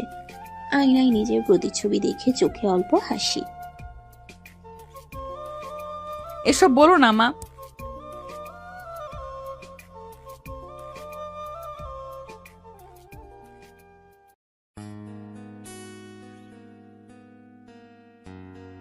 আরিশা দীর্ঘ শ্বাস ফেলে। মুখে বিরক্তি রাখে না। কথা না বাড়িয়ে সাবধানে নিজের মতো করে হালকা সাজ করে। চোখের কোণে একটু কাজল, ঠোঁটে হালকা লিপস্টিক, চুলও সামান্য বাঁধে। আয়নার দিকে তাকিয়ে আরিশা অনুভব করে শাড়ি, সাজ, মা বাবার ছোট খুশি, সব মিলিয়ে অজান্তেই তার মন কিছুটা নরম হয়ে গেছে। সন্ধ্যার আলো নরম, বাতাসে হালকা ঠান্ডা। আরিশা ব্যালকনিতে দাঁড়িয়ে আকাশের দিকে তাকিয়ে থাকে। মনটা অস্থির, শরীরটা আজও রাতের ঘটনা মনে করে কাঁপছে। হঠাৎ ধীরে ধীরে ছায়ার ভেতর থেকে ঈশান এগিয়ে আসে। চোখে এক অদ্ভুত তৃষ্ণা। আরিশা এখনো ভাবতে পারেনি। ঈশান গিয়ে আর এক মুহূর্ত বিলম্ব না করে গলার কাছে মুখ ডুবিয়ে কিস করতে শুরু করে। তুমি এখন এখানে কিভাবে এলে? দরজা দিয়ে। কি বলো? বাড়ির সবাই দেখেনি তো? দেখেছে তো, কি হয়েছে? মাথা খারাপ হয়ে গেছে তোমার ঈশান, চলে যাও। ঈশান একটু সরে আরিশার ঠোঁটের কাছে আবার মুখ নিয়ে যায়। এবার কিসটা অন্যরকম। ঈশান ঠোঁট কামড়ে ধরে কিস করতে লাগলো। তারপর কিস শেষ করে বলল, অনেক সুন্দর লাগছে শাড়িতে। আরিশা চোখ বুঝে ফেলে। রাগ, লজ্জা, অস্থিরতা সব মিলিয়ে তার বুকটা টান টান। সে নিজেকে সামলে দাঁড়ায়, কিন্তু ভেতরে অদ্ভুত উত্তেজনা। ব্যালকনির হালকা আলোয় আরিশা চোখ চেপে ধরে দাঁড়িয়ে, বুক ধরফর করছে। চলে যাও ঈশান, সবাই দেখবে। সবাই দেখেছে তো, আমি কি লুকিয়ে এসেছি নাকি? কেউ কিছু বলেনি। আপনার মা তো রুম দেখিয়ে দিল। কি বলো? ছি ছি, সবাই কি ভাববে? কি ভাববে? ভাববে আমরা রোম্যান্স করছি। মান সম্মান শেষ আমার। আরিশা দৌড়ে চলে যেতে চায়, কিন্তু ঈশান দ্রুত এগিয়ে এসে কোমরে হাত রেখে থামায়। কেউ কিছু বলবে না, ভয় পাবেন না, আসুন তো। আরিশা কিছুক্ষণ থেমে থাকে, চোখ বন্ধ করে। ঈশান ধীরে ধীরে তার গলায়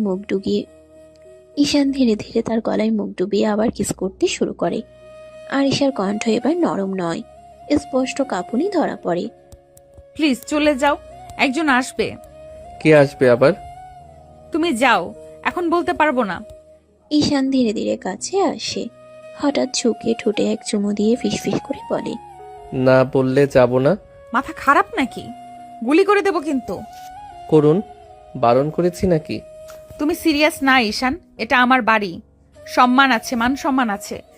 ঈশান হালকা করে আরিশার কাঁধে হাত রাখে, গলায় মুখ ডুবিয়ে ধীরে ধীরে বলে, মান সম্মান আমি নষ্ট করতে আসিনি ম্যাডাম। আমি তো শুধু বলছি আপনি আমাকে চান, এটা অস্বীকার করবেন না। এসব ভণ্ডামি বাদ দাও, প্লিজ যাও এখন। ঈশান আরিশার হাতটা ছাড়ল না, চোখে এবার আর দুষ্টামি নেই, আছে কঠিন স্থিরতা। নিজে আসতে বলে আবার চলে যেতে বলছেন। আজ তো যাব না, এখানেই থাকবো। আমি কখন আসতে বললাম? আপনি যার জন্য অপেক্ষা করছেন আমি সেই। কি বলছো এসব? আপনার না দেখা স্বামী, যাকে বিয়ের দিন না দেখেই অপমান করে তাড়িয়ে দিয়েছিলেন। আরিশা যেন বজ্রাঘাতে স্তব্ধ, চোখ বড় বড় হয়ে যায়। সে ভাবতেই পারেনি ছেলেটা ঈশান হতে পারে, কারণ আরিশা তো তাকে দেখেইনি। উল্টো ঘুরে রাগারাগি করে দাঁড়িয়ে দিয়েছিল। তুমি সে? হ্যাঁ। আরিশার পা কেঁপে ওঠে, দেয়ালে হাত রেখে নিজেকে সামলায়, নিজেকে শক্ত রাখতে চায় আরো। এটা অসম্ভব, বাবা তো বলেছিল অনেক জুনিয়র, তুমি তো এতটাও জুনিয়র না। সেই জন্য কি আপনি অন্যদিকে মুখ ঘুরিয়ে বলেছিলেন আমি এই বিয়ে চাই না? আমি জানতাম না, আমি তোমাকে দেখিনি ঈশান। কিন্তু আমি আপনাকে দেখেছিলাম সেই দিন থেকেই। তাহলে এতদিন এসব কেন? কারণ আপনি এখনো আমার স্ত্রী, আর আমি এখনো আপনারই। আরিশা চোখ বন্ধ করে ফেলে, ভিতরে ভিতরে যেন পুরো পৃথিবী উল্টে যাচ্ছে। সে কি করবে এবার? ঈশান তো একবার সামনে চলে এলো। আরিশা গভীর শ্বাস নিয়ে নিজেকে শক্ত করে নেয়। আমার কাছে ক্যারিয়ার আগে, তাই আমি বিয়েটা মানিনি। আর তুমি পড়াশোনাতেও কেমন ভালো না এই কথাই শুনেছিলাম, সব মিলিয়েই আমি মানতে পারিনি। আমি এখন পড়াশোনা করি ম্যাডাম, পারবেন না? কথাটা বলেই সে মুখ ফিরিয়ে নেয়। ঠিক তখনই ঈশান এক পা এগিয়ে এসে আরিশার একদম কাছে চলে আসে। পারবেন না? আরিশা কিছু বলার আগে ঈশান ধীরে গলায় মুখ ডুবিয়ে নেয়, আস্তে আস্তে চুমু দিতে লাগলো। আরিশা কেঁপে উঠল। ঈশান বলে, মানতে হবে ম্যাডাম। তবু আমি জুনিয়র মানতে পারবো না, এসব করে আমাকে বাধ্য করতে পারবে না। আমি বাধ্য করছি না, আমি আর পারছি না। তুমি বোঝো না আমার জীবনটা কতটা কঠিন। বুঝি, তাই তো এখনো চলে যাইনি। তুমি কেন এত জেদ করছো? কারণ আপনি আমার স্ত্রী, আর আমি হাল ছাড়ার মানুষ না। ঘরটা হঠাৎ খুব ছোট মনে হয়। দুজনের মাঝখানে জমে থাকা না বলা কথা বাতাস ভারী করে তোলে। ঈশান ধীরে ধীরে আরিশার আরো কাছে আসে। নিঃশ্বাসের উষ্ণতা ঠোঁট ছুতেই আরিশা অজান্তেই কেঁপে ওঠে। ঈশান আস্তে করে আরিশার ঠোঁটে কিস করতে থাকে। প্রথমটা খুব নরম, দ্বিতীয়টা একটু বেশি আবেগ জড়িয়ে পড়ে। আরিশার আঙ্গুলগুলো শাড়ি শক্ত করে চেপে ধরে। ঈশান কিস থামিয়ে কপাল ছুঁয়ে রাখে, তারপর গলায় মুখ ডুবিয়ে চুমু দিতে দিতে নিচু স্বরে বলে, জানেন 1 বছর হয়ে গেছে আমাদের বিয়ের। 1 বছরও আমরা কখনো ঠিক করে একসাথে হতে পারিনি। আজ আমি আর পালাতে চাই না। এসব ঠিক না। আমি জোর করতে আসিনি আরিশা, আমি শুধু জানতে চাই আজ কি আপনি আমায় আপনার কাছে থাকতে দেবেন? কথাটা বলেই সে আবার খুব আলতো করে ঠোঁটে কিস করে। এবার আরিশা সরিয়ে নেয় না। নীরব ঘরটা হঠাৎ দুজনে নিঃশ্বাসে ভরে যায়। আরিশার চোখের পাতার কোণে জমে থাকা দ্বিধা আর টানাপোড়েন স্পষ্ট। তুমি আমাকে খুব জটিল অবস্থায় ফেলছো। কারণ আপনাকে ছাড়া আমি আর থাকতে পারছি না। ঘরের আলো নরম লাগে। আরিশার ভেতরের দেয়ালগুলো ধীরে ধীরে কাঁপতে শুরু করে। ঈশান আবার ধীরে আরিশার ঠোঁটে কিস করতে শুরু করে।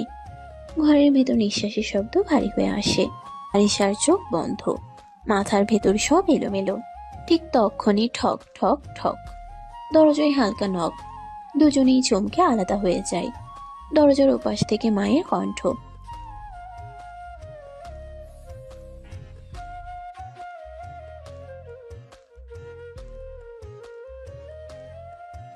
আরিশার বুক ধক করে ওঠে। সে দ্রুত শাড়ির আঁচল ঠিক করে কণ্ঠ স্বাভাবিক করার চেষ্টা করে। আচ্ছা মা, আসছি। চলো, ভদ্র থাকার চেষ্টা করো। তুমি তো অসভ্য। চিন্তা করবেন না ম্যাডাম, আপনার মা বাবার সামনে আমি খুব ভদ্র জামাই। আরিশা দরজার দিকে পা বাড়াতে গিয়েও থেমে যায়। একবার পিছনে তাকায়। এসব পরে কথা হবে, এখন চলো। পরে মানে আজই? আরিশা কিছু না বলে দরজা খুলে বেরিয়ে যায়। ডাইনিং এ ঢুকতে মায়ের চোখ চকচক করে ওঠে। ধন্যবাদ মা।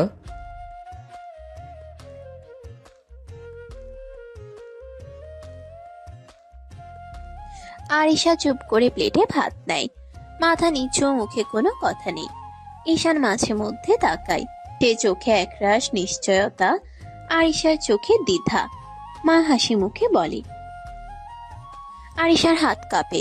সে বুঝে যায় এই রাত শুধু খাওয়ার নয়, এই রাত অনেক অমীমাংসিত কথারও। ঈশান টেবিলের নিচে খুব আলতো করে তার আঙ্গুল ছুঁয়ে দেয়। কেউ টের পায় না। আরিশা তাকায় না, কিন্তু হাত সরায়ও না। ঘরের ভিতরে অদ্ভুত এক নীরবতা নামে, যার ভিতরে লুকিয়ে আছে ঘরের ভিতরে অদ্ভুত এক নীরবতা নামে, যার ভিতরে লুকিয়ে আছে শুরু আর শেষের মাঝামাঝি এক গভীর টান। ডাইনিং টেবিলের পাশে হালকা শব্দ করে চেয়ার টানার আওয়াজ ভেসে আসে। আরিশার বাবা ধীরে ধীরে এসে দাঁড়ান। কি ব্যাপার, কেমন আছো ঈশান? ভালো আছি আঙ্কেল, আপনি কেমন আছেন? এই তো, বয়সের ভার। তোমার পরিবারের সবাই কেমন আছে? সবাই ভালো আছে আঙ্কেল। বাবা আপনার কথা জিজ্ঞেস করছিলেন। ভালোই। খাও বাবা, খাবার ঠান্ডা হয়ে যাবে, পরে বসে গল্প করব। আচ্ছা আঙ্কেল। আরিশা চুপচাপ বসে থাকে। চামচে ভাত নেড়ে চেড়ে খাচ্ছে, কিন্তু মনটা অন্যখানে। মা খুশি গলায় বলে।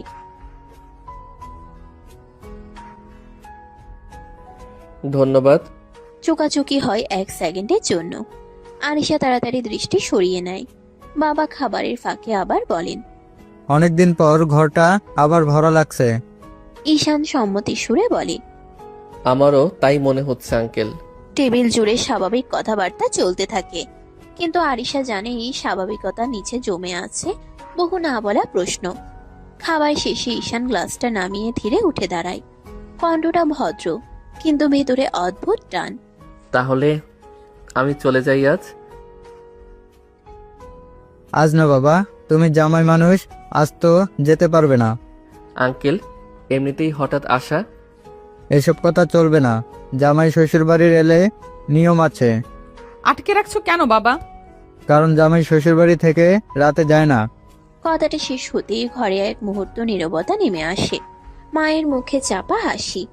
ঈশান অবাক, তারপর ধীরে হাসে। আরিশার গাল লাল হয়ে ওঠে। চোখ নামিয়ে নেয়, আর একটাও কথা না বলে দ্রুত রুমের দিকে চলে যায়। পেছন থেকে মায়ের গলা। লজ্জা পেয়েছে মনে হয়।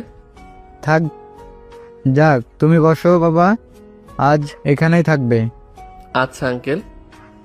অন্যদিকে রুমে ঢুকে দরজা চাপিয়ে দেয় আরিশা। বুক ধরফর করছে। নিজের সাথে বিড়বিড় করে। এখন কি করে দূরে থাকবো? ঈশান ধীরে এসে রুমের দরজাটা বন্ধ করে দেয়। ক্লিক শব্দটা কানে যেতেই আরিশার বুক কেঁপে ওঠে। কাছে আসবে না ঈশান। ঈশান এক পা এগিয়ে আসে। চোখে ক্লান্তি, কিন্তু তার চেয়েও বেশি জমে থাকা আকাঙ্ক্ষা। এতদিন পরে বউকে কাছে পেয়েছি, আদর না করে ছেড়ে দেবো, এটা কি সম্ভব? এসব বন্ধ করো, এখন না। ঈশান কিছু না বলে ধীরে ঝুঁকে আসে। ঠোঁটে ঠোঁট ডুবিয়ে কিস করতে লাগলো। আরিশার নিঃশ্বাস এলোমেলো হয়ে যায়। ঈশান, শুধু অনুভব করতে দিন, আর কিছু চাইছি না। সে আলতো করে আরিশাকে তুলে নেয়। কোনো তাড়া নেই, কোনো জোর নেই, শুধু বহুদিন জমে থাকা অধিকার আর টান। বিছানায় নামিয়ে দিয়ে ঈশান থেমে যায়। চোখে চোখ রেখে বলে। ভয় পাচ্ছেন? জানি না, সবকিছু হঠাৎ খুব বেশি হয়ে যাচ্ছে। আমরা ধীরে চলবো, কিন্তু আজ আপনি আমাকে দূরে ঠেলবেন না। ঈশানকে 2 হাতে ঠেকিয়ে আরিশা শ্বাস টেনে নেয়। ঈশান আবার কাছে টেনে নেয় আরিশাকে। প্লিজ ঈশান, জোর করবে না, আমার সময় লাগবে। 1 বছর দূরে থেকেও কিসের সময় লাগবে আপনার? সব অনুভূতি একসাথে আসে না। ঈশান গলার স্বরটা নরম করার চেষ্টা করে, কিন্তু ভেতরের অস্থিরতা চাপা থাকে না। আমি আর সময় দিতে পারবো না আরিশা। কথাটা বলেই সে ধীরে ঝুঁকে আসে। আরিশা কিছু বলার আগেই ঠোঁটে আলতো ছোঁয়া। আরিশার নিঃশ্বাস কেঁপে ওঠে। ঠিক তখনই ট্রিং ট্রিং, রুমের নীরবতা ছিঁড়ে ফোন বেজে ওঠে। আরিশা চমকে উঠে ঈশানকে ঠেলে দূরে সরায়। চোখে ফিরে আসে কর্তব্যের কঠোরতা। ফোন স্ক্রিনে ভেসে ওঠে থানা। হ্যালো, ম্যাডাম নতুন কেস এসেছে, এখনই দরকার। ঠিক আছে, আমি আসছি। কল কেটে যায়। ঘরের বাতাস হঠাৎ বদলে যায়। আরিশা ঈশানের দিকে তাকায়। দেখছো, আমার জীবনটা এমনই। তাই তো বলি আমি আপনাকে ভাগ করে নিতে শিখছি। আজ কথা এখানেই থাক। এই কেসটা শেষ হোক, তারপর আর পালানোর সুযোগ দেব না। আরিশা কিছু বলে না, শুধু দরজার দিকে এগিয়ে যায়। রাত আবার দায়িত্বের নামে দুজনকে আলাদা করে দেয়, কিন্তু অসমাপ্ত টানটা আরো গভীর হয়ে থাকে। আরিশা দ্রুত শালটা কাঁধে তুলে নিতে যায়। ঠিক তখনই ঈশান দৃঢ় গলায় বলে ওঠে, আমিও যাব সাথে। এটা আমার ডিউটি ঈশান। এত রাতে আপনাকে একা ছাড়বো না। আমি সব সময় একাই যাই, আজ নতুন কিছু না। আপনি যান একা ঠিকই, কিন্তু আমি কখনো একা যেতে দেইনি। এসব কি বলছো? সব সময় আপনাকে দেখে রাখি আমি, আপনি নিজেও জানেন না। আরিশা এক মুহূর্ত নিঃশব্দ। বুকের ভিতর অদ্ভুত একটা শীতল স্রোত বয়ে যায়। তুমি আমাকে ফলো করো? ফলো না, খেয়াল রাখি। আরিশা কিছু বলতে গিয়েও থেমে যায়। এই প্রথম ঈশানের চোখে সে শুধু দুষ্টুমি নয়, দেখে দায়িত্ব, ভয় আর ভালোবাসার অদ্ভুত মিশেল। এটা ঠিক না। ঠিক ভুল জানি না, শুধু জানি আপনাকে নিয়ে আমি অযত্ন করতে পারি না। বাইরে পুলিশের গাড়ির সাইরেনের ক্ষীণ শব্দ ভেসে আসে। সময় ফুরিয়ে আসছে। আরিশা একবার গভীরভাবে তাকায় ঈশানের দিকে। ঠিক আছে, কিন্তু সীমা বুঝে চলবে। সীমা তো আপনি ঠিক করে দেবেন ম্যাডাম। দুজন পাশাপাশি দরজার দিকে এগিয়ে যায়, একজন দায়িত্বের টানে, আরেকজন অদৃশ্য পাহারাদারের মতো। আরিশা ধীরে ধীরে নিচের সিঁড়ি নামতে থাকে। ঈশান তার পাশে ধীরে ধীরে এগিয়ে আসে। বাইরে দাঁড়িয়ে থাকা অফিসার চোখ বড় করে তাকিয়ে বলে, আপনার সাথে কে? আমার হাজবেন্ড। আপনি বিবাহিত? এসব ব্যক্তিগত আলাপ করতে নেই, চলুন কেসের দিকে যাই। ঈশান চুপচাপ তার পাশে দাঁড়িয়ে আছে। দূরের হালকা আলো তাদের ভ্রাতৃত্বপূর্ণ পেশাদারিত্ব আর ব্যক্তিগত টানা পড়েন একসাথে ফুটিয়ে তোলে। আরিশা ও ঈশান অফিসের গাড়িতে বসে কেস হ্যান্ডেল করতে এগিয়ে চলে। রাতের হালকা বাতাস মুখে লাগে, কিন্তু দুজনের মনে মনে টান আর দায়িত্বের ছাপ একসাথে থাকে। আজকের কেসটা একটু জটিল, সবার সতর্ক থাকতে হবে। চিন্তা করবেন না ম্যাডাম, আমি আপনার পাশে আছি। আরিশা চুপচাপ তাকিয়ে থাকে। ঈশানের উপস্থিতি তার মনকে কিছুটা নিশ্চিন্ত করে। কেসের স্থানে পৌঁছে তারা সকলে সতর্কভাবে কাজ শুরু করে। দৃশ্যটা জটিল, রিপোর্টার প্রমাণের খোঁজ, অফিসারের নির্দেশনা মেনে চলা, সব মিলিয়ে একটা কঠিন রাত। কাজের মধ্যে মাঝে মাঝে ঈশান আর আরিশার চোখ মিলতে থাকে। একটু অবসর হলেও দুজনের মধ্যে অদ্ভুত টান স্পষ্ট। কেস শেষ, সব ঠিকঠাক হয়েছে। হ্যাঁ, ঝামেলা শেষ হলো। গাড়ি বাড়িয়ে দোরগোড়ায় পৌঁছালে দুজন চুপচাপ বসে থাকে। তারপর নেমে দুজনেই ঘরে চলে যায়। ঈশান রুমের দরজা ধীরে বন্ধ করে দেয়। আরিশা সোফায় বসে ক্লান্ত চোখে তাকিয়ে থাকে। প্লিজ ঈশান, আমি ক্লান্ত, কাছে আসবে না। ঈশান তার পাশে এসে দাঁড়িয়ে, চোখের নরম আলোর মতো উষ্ণতা। ঈশান আহত স্পর্শ করে গলায় মুখ ডুবিয়ে বলে, সব ক্লান্তি দূর করে দেব সোনা, একটু আদর করতে দাও। আরিশা কিছু বলার আগে ঈশান আবার ঠোঁটে ঠোঁট ডুবিয়ে কিস করতে লাগলো। ধীরে ধীরে কোমল ভাবে, যেন সব ক্লান্তি ভেঙে যাবে। আরিশা চোখ বন্ধ করে রাখে। ভেতরে বুঝতে পারছে আজ ঈশান থামবে না। চোখে কিছুটা ভীতি, কিছুটা আকাঙ্ক্ষা। হাতগুলো অচেতন ভাবে ঈশানের কাঁধে পড়ে। মনের ভেতর ঘুরছে, এই ধরনের ঘনিষ্ঠতা তার কাছে নতুন, কিন্তু এক অদ্ভুত সুরের মতো টানে। ঈশান চুপচাপ থাকে না। কিছু সময় মুখ ডুবিয়ে, কিছু সময় ঠোঁটে নরম স্পর্শ দিয়ে ধীরে ধীরে আদর করতে থাকে। আরিশা আর কিছু বলে না, শুধু অনুভব করে, অবস্থা বুঝতে চেষ্টা করে, আর ভেতরে ছোট্ট হাহাকার বয়। ঈশান আস্তে আস্তে গলায় কিস করতে করতে নিচে নেমে যায়। আরিশা ঈশানের চুল খামচে ধরল। ঈশান এক ঝটকায় কোলে করে বিছানায় শুয়ে দিয়ে আদর করতে লাগলো সারা শরীরে। সারা রাত চলতে থাকলো আদর। সকালবেলা আরিশা ডাকছে। সকালের হালকা আলো রুমে ঢুকতে আরিশার ঘুম ভাঙলো। ছাড়ো ঈশান, ডিউটিতে যাব, সময় কম। না সোনা, আরও একটু থাকো। না, সময় নাই, সরো ঈশান। ঈশান কিছুক্ষণ চুপচাপ তাকিয়ে থাকে। ভেতরের আকুলতা চোখে স্পষ্ট, কিন্তু আরিশা দৃঢ়তা দেখে ধীরে ধীরে সরে যায়। ঠিক আছে, এখন সরছি, পরে কিন্তু সরবো না। আরিশা মাথা নেড়ে সম্মতি জানালো। আরিশা ফ্রেশ হয়ে রেডি হলো।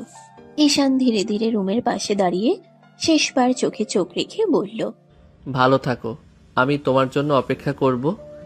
আরিশা ব্যাগটা তুলে ডিউটির জন্য বেরিয়ে চলে। আরিশা সিঁড়ি নামতেই মা বসে তাকিয়ে বললেন, ডিউটি আছে মা।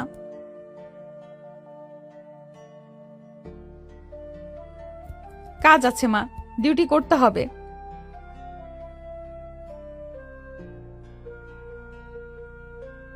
আরিশা কিছুক্ষণ চুপ করে দাঁড়ালো। মায়ের চোখে স্নেহ আর ঈশানের জন্য অপেক্ষা একসাথে ফুটে উঠেছে।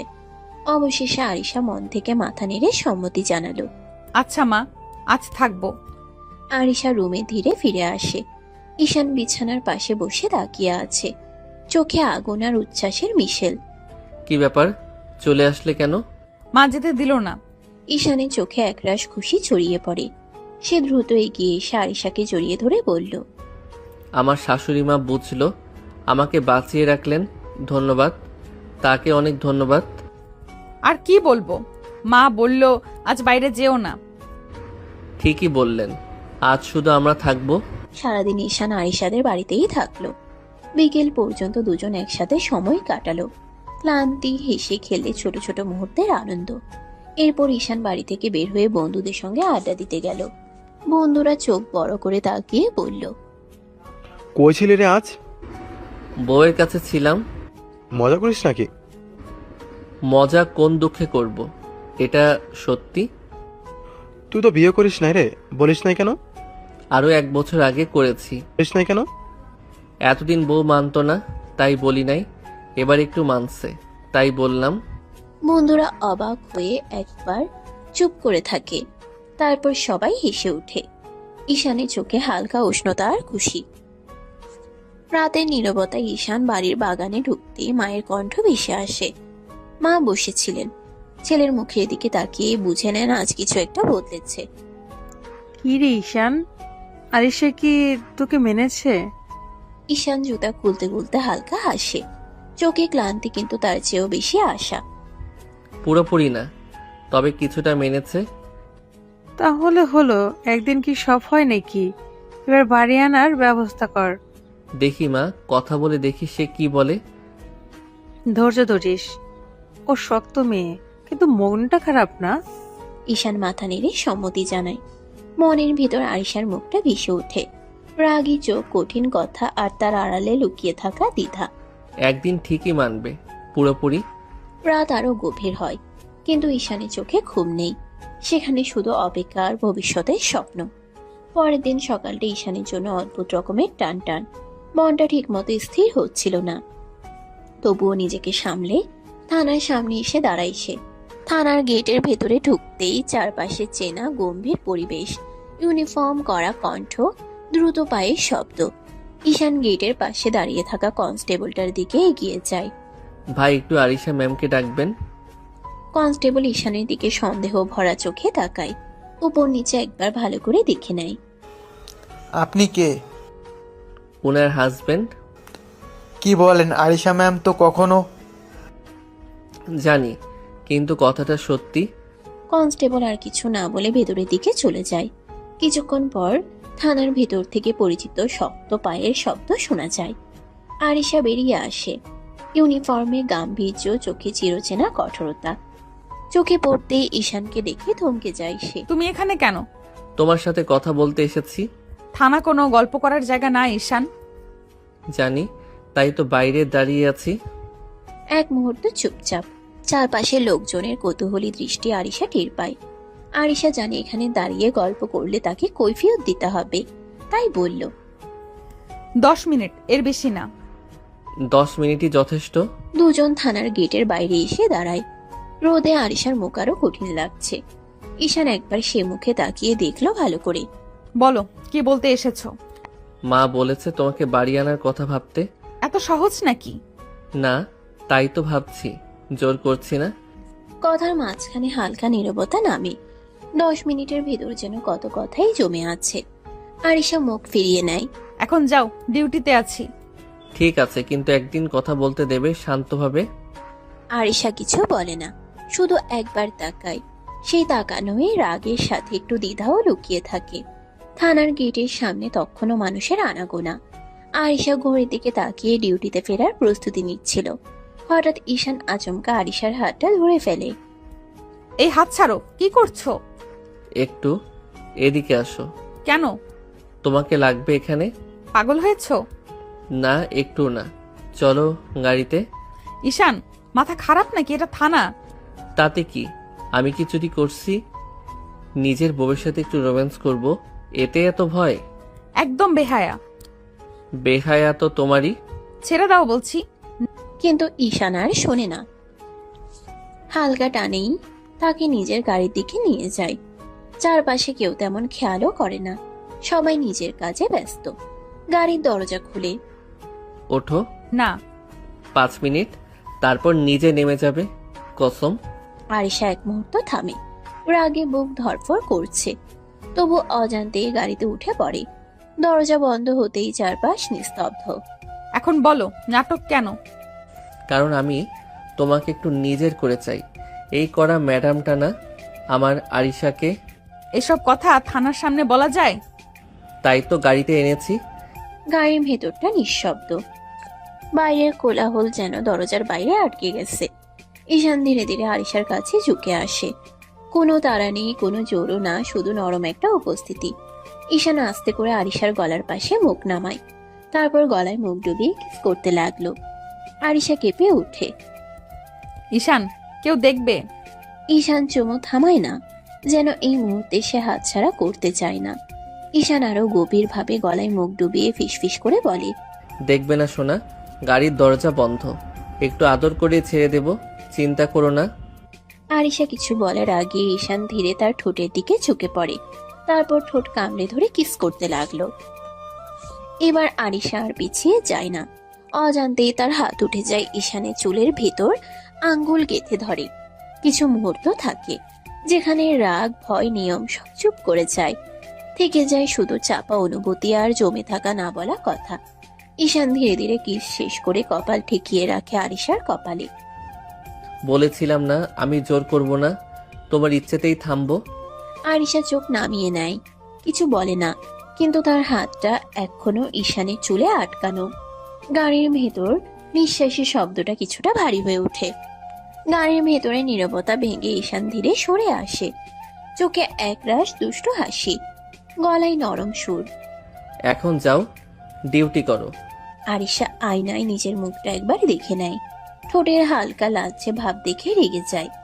আর আসবে না বেয়াদব, আমার ঠোঁট ফুলে গেছে, সবাই হাসবে। হাসুক, সবাই জানুক তোমার স্বামী আছে। তুমি একদম নির্লজ্জ। স্বামীর অধিকার নির্লজ্জ হলে আমি সেই নির্লজ্জই থাকবো। আরিশার বুকের ভেতরটা কেমন জানি করে ওঠে। রাগ, লজ্জা আর অস্বীকারের আড়ালেও কোথাও যেন এক ফোঁটা সত্য লুকিয়ে থাকে, সে একা নয়। আরিশা গাড়ির দরজা খুলে নামতে নামতে বলে, সাবধান করলাম, থানার সামনে এসব করলে কিন্তু হাত করা পরাবো। হাত করা হলেও সমস্যা নাই ম্যাডাম, আপনার হাতেই পড়লে শাস্তিটা মধুর। আরিশা আর এক সেকেন্ডও দাঁড়ায় না, গিয়ে হেঁটে থানার ভিতরে ঢুকে পড়ে। পিছনে দাঁড়িয়ে ঈশান তাকিয়ে থাকে, চোখে গর্ব, ঠোঁটে হালকা হাসি। রাত বেশ গভীর, ডিউটির ক্লান্তি গায়ে মেখে আরিশা ঘরে ঢুকে ব্যাগটা নামিয়ে চুপচাপ ফ্রেশ হয়ে নেয়। আয়নায় নিজের মুখটা একবার দেখে নেয়, চোখে ক্লান্তি, ভেতরে অদ্ভুত এক অস্থিরতা। নিচে নামতেই রান্নাঘর থেকে মায়ের ডাক। আরিশা আর কথা বাড়ায় না, চুপচাপ বসে ভাত নেয়। কয়েক লোকমা খাওয়ার পর মা পাশের চেয়ারে বসে তাকিয়ে থাকে। ও কেন প্রতিদিন আসবে মা?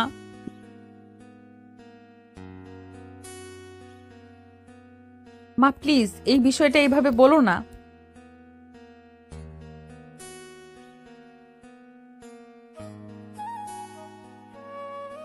আরিশা জবাব দিতে যাবে, ঠিক তখনই টিং টং কলিং বেলের শব্দে ঘরের ভেতরটা কেঁপে ওঠে। মা উঠে দাঁড়ায়। মা দরজার দিকে এগিয়ে যায়। গেট খুলতেই সামনের আলোয় একটা পরিচিত মুখ। আসসালামু আলাইকুম মা।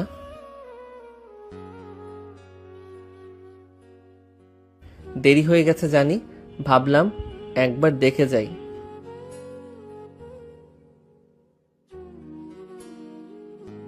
ভেতর থেকে সব শুনে আরিশা উঠে দাঁড়ায়। ডাইনিং টেবিলের পাশে দাঁড়িয়ে দরজার দিকে তাকিয়ে থাকে।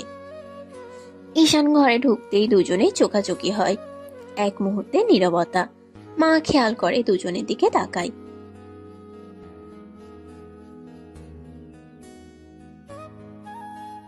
আমি খেয়ে ফেলেছি।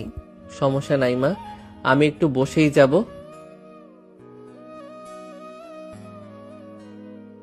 মা চলে যেতে আবার সেই নীরবতা। ঈশান ধীরে এগিয়ে এসে চেয়ার টানে। কেমন ছিল ডিউটি? যেমন থাকে। ঠোঁট ঠিক আছে তো? একদম কথা বাড়াবে না। ঘরের ভেতর বাতাসটা হঠাৎই ভারী হয়ে আসে। আরিশা হাত গুটিয়ে দাঁড়িয়ে থাকে, চোখে বিরক্তি আর ঠোঁটে জমে থাকা অভিযোগ। কেন এসেছো আবার? ঈশান ধীরে হেসে তাকায়। সে হাসিতে দুষ্টুমি আছে, আবার অধিকারও। তার থেকে বেশি আছে আরিশাকে জ্বালানোর ইচ্ছে। স্বামী বউয়ের কাছে কেন আসে সেই জন্য এসেছি। তোমার সাহস দিন দিন বেড়েই যাচ্ছে ঈশান। পুলিশ ম্যামের বর যদি সাহস না রাখে তাহলে লোকে কি বলবে বলো? আরিশা কিছু বলতে যাবে, ঠিক তখনই মা হাতে খাবারের ট্রে নিয়ে ঘরে ঢুকে পড়ে।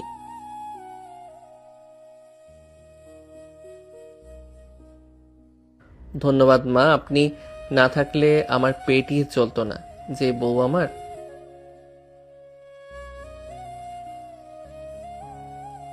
মা তুমি যাও তো। মা বুঝে যায় আর কিছু বলে না, চুপচাপ বেরিয়ে যায়। ঈশান বসে বসে হেঁটে থাকে। আরিশা জানালার পাশে দাঁড়িয়ে বাইরে তাকিয়ে থাকে, কিন্তু কানটা ঠিকই ওর দিকেই। খাওয়া শেষ করে ঈশান হাত ধুয়ে উঠে দাঁড়ায়।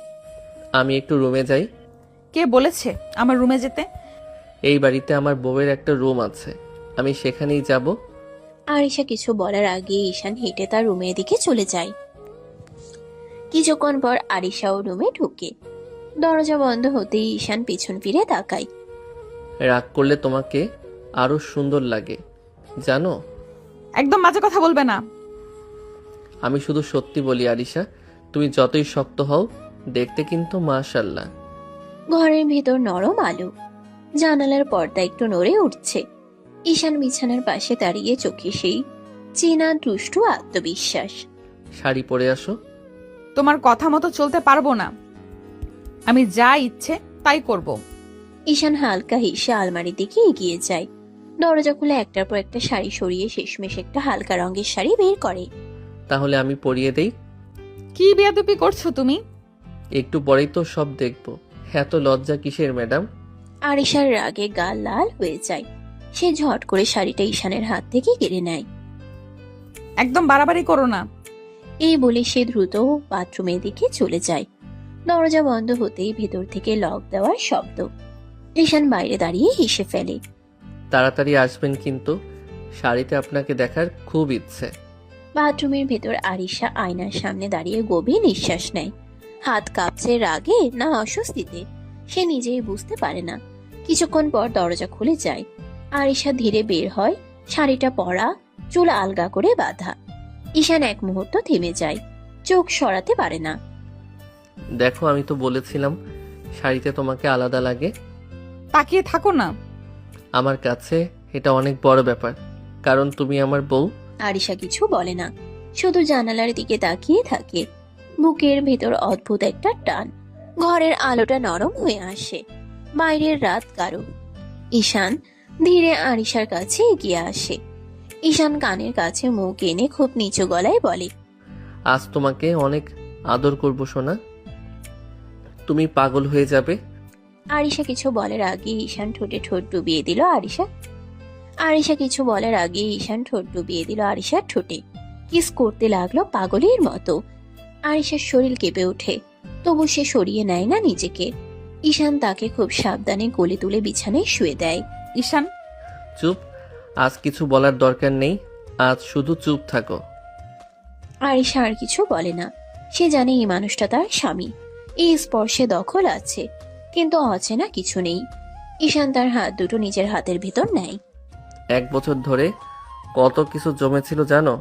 রাগ, অভিমান, ইচ্ছে, সব। আমি সহজ মানুষ না, তুমি জানো। জানি, তাই তো ছাড়িনি, ভালোবেসে আগলে রাখবো। ঘরের ভিতর শব্দ কমে আসে, কথা থেমে যায়, শুধু নিঃশ্বাস আর উপস্থিতির উষ্ণতা। ঈশান আস্তে আস্তে পুরোটা নিজের আয়ত্তে নিয়ে নিল। আরিশা ও ঈশানের আদর ভালোবাসা উপভোগ করতে লাগলো। 2 মাস কেটে গেছে। এই 2 মাসে আরিশার ভেতরের কঠিন দেয়ালটা ধীরে ধীরে নরম হয়েছে। রাগী পুলিশ ম্যাডামের চোখে এখন আর ঈশানের জন্য শুধু বিরক্তি নেই, আছে বিশ্বাস, অভ্যাস আর নিঃশব্দ ভালোবাসা। আজ নতুন করে অনুষ্ঠান হয়েছে, সব নিয়ম মেনে সবার সামনে আবার বিয়ে হয়েছে তাদের। ঈশানদের বাড়ির বাসর ঘরটা নরম আলোয় ভরা, ফুলের গন্ধে নতুন শুরু করার উত্তেজনায় ঘরটা যেন আরো উষ্ণ। আরিশা বিছানার পাশে বসে আছে, শাড়ির আঁচল ঠিক করতে করতেই একবার আয়নায় তাকায়। নিজেকে চিনতে কষ্ট হয়, এই মেয়েটা কি সত্যি সেই রাগী আরিশা? দরজা খুলে ঈশান ঢোকে, চোখে হাসি, মুখে সেই চেনা দুষ্টুমি। ঈশান হালকা হাসি দিয়ে বলে, কি ম্যাডাম, শেষ পর্যন্ত আমার বেডরুমে এলেন তো? আর কি উপায় আছে, এভাবে বেহায়ার মতো ঘুরছো, না এলে উপায় রাখুনি। ঈশান ধীরে কাছে আসে, তার চোখে আজ কোনো জেদ নেই, শুধু গভীর ভালোবাসা। বেহায়া না ম্যাডাম, এটার নাম ভালোবাসা। আরিশা আর কিছু বলে না। এই মানুষটার কথায় এখন আর রাগ জাগে না, বরং একরকম শান্তি। ঈশান খুব আলতো করে তার গলায় হাত রাখে, কপালে ঠোঁট ছুঁয়ে দেয়। আরিশা চোখ বন্ধ করে ফেলে। এই স্পর্শ এখন আর অচেনা নয়। ঈশান তাকে ধীরে কোলে তুলে নেয়, বিছানায় বসিয়ে পাশে বসে।